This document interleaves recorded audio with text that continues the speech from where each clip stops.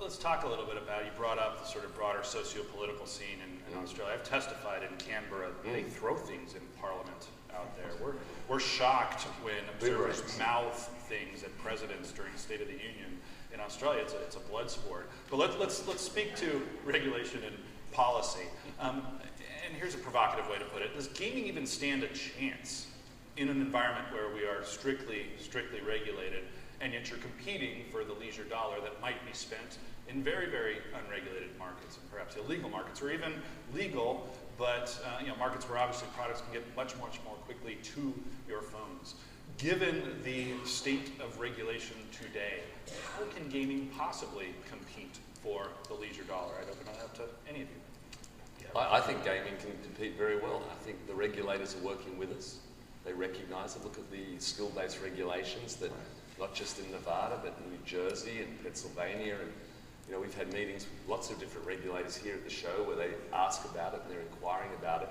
So I think it can compete. I think there are some maybe some federal barriers that should be left to the states to work out in some ways, and things like that. But I think that gaming's always had to deal with things like that, and I think that gaming does. We innovate within the boundaries, and when you work with the regulators and you share the common goal of the integrity and this looking after your ultimate users, you can make it work. And we've seen that work in markets like Australia, where we throw things at politicians.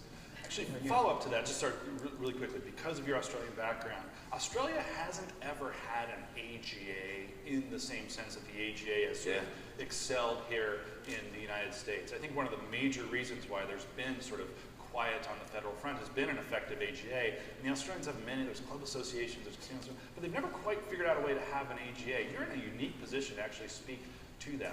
Why is that, or do you want to boast a little bit about your role at the AGA and the work you've done here? The Casino Association in Australia just folded.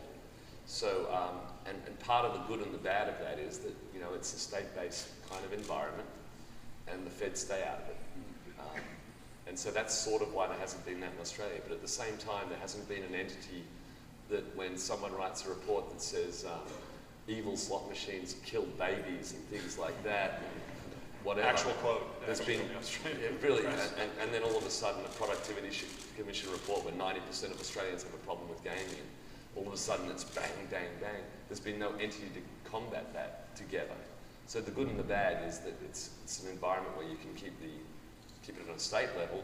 The bad is that there's no one entity that combats the issues that are more macro, and that's what the AGA does. I think if there's a one-word answer to why is there an AGA, it might be Australia, right? I mean, it really is an effective case study in terms of how the industry has effectively worked together on a number of different fronts, both federal and state level. Yeah, I think to combat those issues, it's a great forum.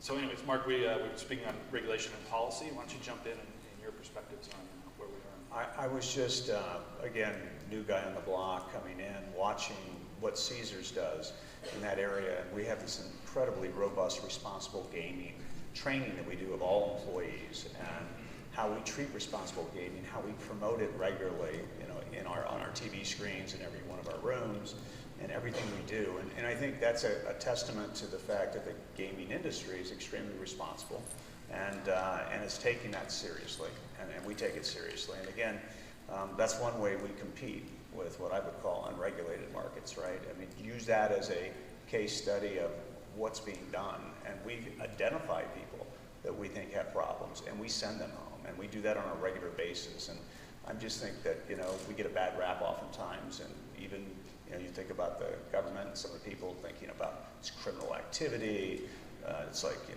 addiction, all these negative things. And the reality is, if it is regulated, you end up having things like responsible gaming in each one of the casinos taking hold and helping society deal with the issues that do come up sometimes in gaming.